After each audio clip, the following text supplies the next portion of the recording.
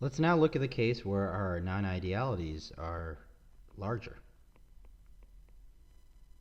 Okay? So we're going to look at larger values of the excess Gibbs energy. All right, let's first look at the case where we have a positive excess Gibbs energy, and it's relatively large. In this case, what we're going to see in the phase diagrams is an extremum. So we're going to see either a maximum or a minimum. And when we see this is what we refer to as an azeotrope. And so in the PXY diagram, essentially, the liquid region is going to shrink and the vapor region is going to increase.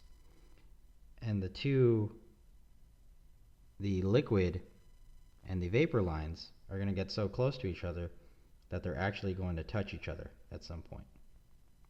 Okay? And you see this also in the TXY diagram.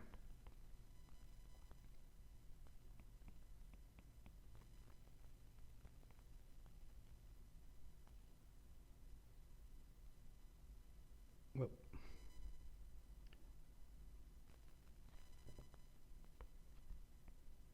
Okay? And so the point where the two lines touch each other, this is known as the azeotrope, and it's at the azeotrope where the liquid mole fraction is equal to the vapor mole fraction.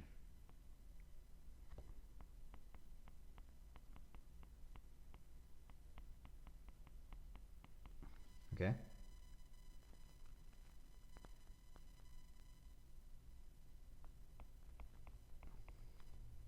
If we had the case where excess Gibbs energy was negative, we would see basically the opposite.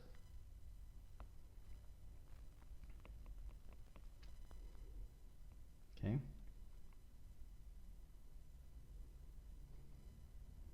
This is liquid, this is vapor. Where they touch is the azeotrope.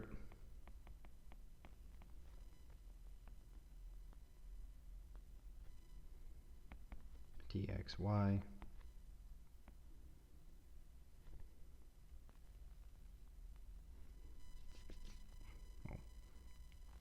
Vapor, liquid, and this is the azeotrope.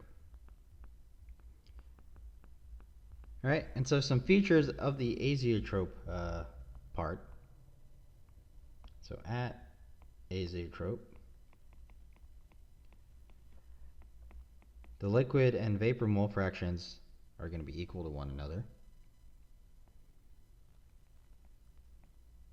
And I mentioned that the azeotropes are extremums, and so what that means is that if you took the derivative of the total pressure of the system as a function of the mole fraction, or you took the derivative of temperature as a function of mole fraction, those derivatives would either give you a maximum or a minimum, depending on which type of plot you were looking at. Okay? Alright, and so these azeotropes are going to play an important role in this course moving forward. I'll talk more about them in the next video. But the last type of plot I want to talk about is going to be the case where our Gibbs energy, excess Gibbs energy, is so large that it actually is larger than RT, which is the gas constant times temperature.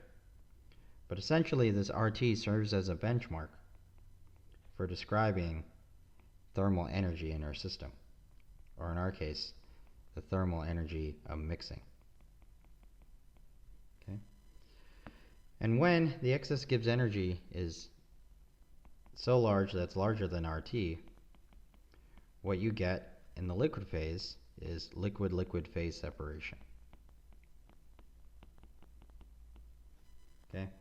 And so what that means is that in the liquid phase,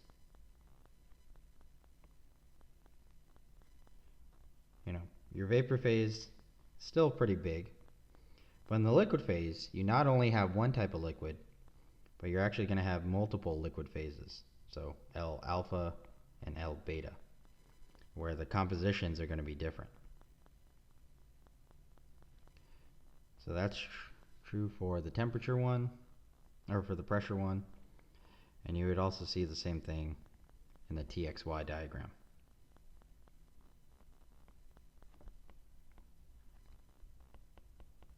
Okay. All right, and so by changing this excess Gibbs energy, the magnitude of it, we would expect to see different sorts of behaviors, different sorts of phase behaviors for our mixture. And this would be reflected in our phase diagrams.